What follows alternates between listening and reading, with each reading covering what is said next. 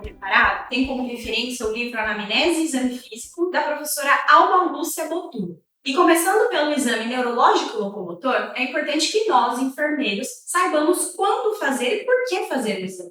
Então, o neurológico ele é para identificar disfunções que possam acontecer e como essas disfunções vão afetar a qualidade de vida deste paciente. Ele é realizado primeiramente quando o paciente chega na sua admissão e depois, periodicamente, ou conforme forem aparecendo sintomas.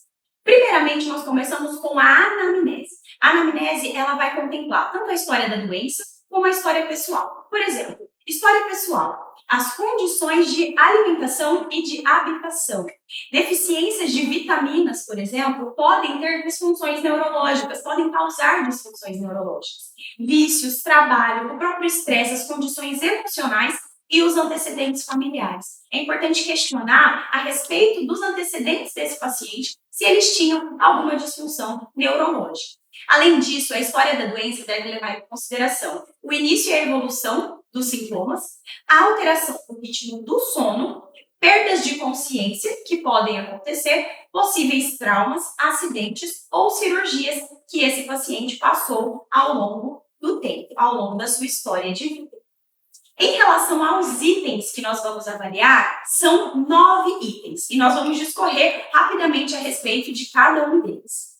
Primeiramente, o estado mental. Como é que se avalia o estado mental? Existem algumas formas, mas aquelas que nós vamos trazer aqui hoje são o Mini Mental State, que tem algumas orientações. Então, primeiramente, vamos verificar a orientação temporal. Se o paciente sabe citar o ano em que está, a estação, o mês, o dia do mês e da semana. Depois, a orientação espacial. Se ele sabe em qual estado ele está, qual cidade, o local e até mesmo o andar. Logo depois, vamos identificar se ele consegue registrar informações. Então, você pede para o paciente nomear pente, rua e caneta.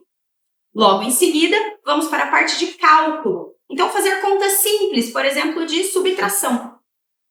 Logo depois, vamos para a evocação. Aquelas palavras anteriores que nós falamos, então pente, rua e caneta, perguntar se ele consegue se lembrar quais foram os nomes que nós falamos anteriormente. E por fim, a parte de linguagem, que é dividida em 6 itens. E que vai ter, por exemplo, seguir o comando, escrever uma frase completa, copiar o desenho. Então, essa é uma estratégia utilizada para avaliação do estado mental. Além disso, o nível de consciência pode ser avaliado por diversas escalas, mas a mais comum e a que mais nós utilizamos é a escala de coma de Glasgow. A escala de coma de Glasgow tem domínios. Então, nós vamos avaliar a abertura ocular desse paciente, a melhor resposta verbal, resposta motora e a avaliação pupilar. A avaliação pupilar ela veio a partir de 2018, em uma versão atualizada da escala de coma de Glasgow. Então, abertura ocular. Esse paciente abre os olhos espontaneamente? Ou nós precisamos fazer um estímulo verbal? Ou nós precisamos fazer um estímulo doloroso? Dependendo da avaliação dele, ele vai receber um score, ele vai receber uma nota.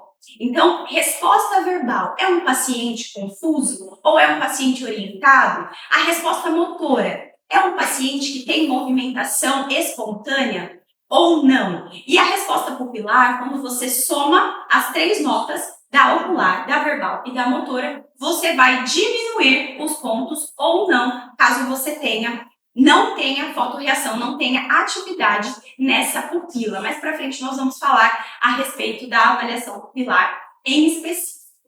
Além disso, nós podemos fazer também e devemos a avaliação do equilíbrio desse paciente. E eu gostaria de exemplificar para você. A avaliação do equilíbrio compreende tanto o equilíbrio estático como dinâmico.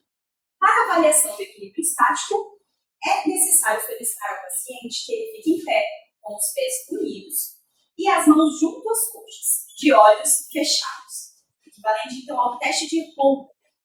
Para a avaliação do equilíbrio dinâmico, você vai avaliar a marcha, ou seja, a forma do paciente caminhar, pedindo para ele caminhar e observando postura, equilíbrio, se há balanço dos braços, o movimento das pernas, se é simétrico ou não, e a posição dos pés. A avaliação pupilar é realizada com o auxílio do foco de luz de uma lanterna. O exame consiste em manter o olho fechado por alguns segundos, elevar rapidamente a pálpebra, dirigindo o foco de luz diretamente sobre a área temporal da pupila para observar fotorreação. Repete-se, então, o procedimento no outro olho. Esse exame vai levar em consideração o diâmetro da pupila, então se ela estiver dilatada, estará em midríase, se estiver contraída, estará em miose. Assimetria, então isocórica é quando elas estão com o mesmo diâmetro, são isocóricas. Anisocóricas quando tem diâmetros diferentes entre o lado direito e lado esquerdo. E a reação, se ela vai ser reagente ou não reagente. Isso vai indicar dano neurológico, sendo ele simétrico ou não. Deve-se avaliar também a força motora deste paciente, que vai abordar o tônus e a força muscular. O tônus muscular, como é que você vai avaliar? Palpando-se grupos musculares, tanto em repouso como na sua movimentação ativa. E a força muscular, você vai pedir para o paciente apertar a sua mão, né, as duas mãos, inclusive para você avaliar se um lado tem mais força do que o outro. Membros superiores, você vai pedir para estender esses membros e apertar a sua mão. E membros inferiores, pedir para elevar a perna, uma perna de cada vez, avaliando.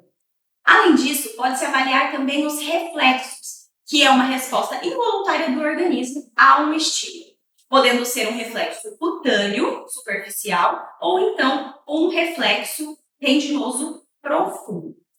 Para completar o exame neurológico locomotor, precisamos avaliar a coluna deste paciente. Então, nós temos alguns sinais meníngeos que vão indicar como é que estão as meninges, se elas estão inflamadas, se elas têm alguma anomalia, algo patológico nelas ou não. Os sinais são os sinais de Kernig e de Brudzinski. Acompanhe comigo.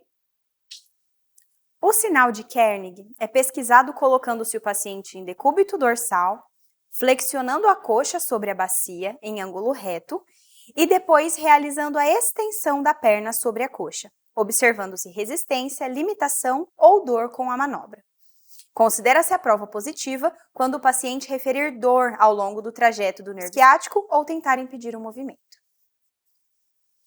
O sinal da nuca de Brudzinski é evidenciado quando a flexão da nuca determina a flexão involuntária das pernas e das coxas, além de expressão fisionômica de dor. Por fim, para avaliação da função sensitiva, nós podemos observar alteração na sensibilidade dolorosa, tátil ou térmica. Como é que você, como enfermeiro, vai avaliar? A função dolorosa, você pode pegar um objeto de ponta romba e colocar na pele desse paciente, avaliando se ele tem sensibilidade dolorosa ou não. Para avaliação tátil, você pode providenciar uma gaze ou algodão seco e passar sobre a pele deste paciente. E para a sensibilidade térmica, tubos contendo água, sendo ela fria ou quente.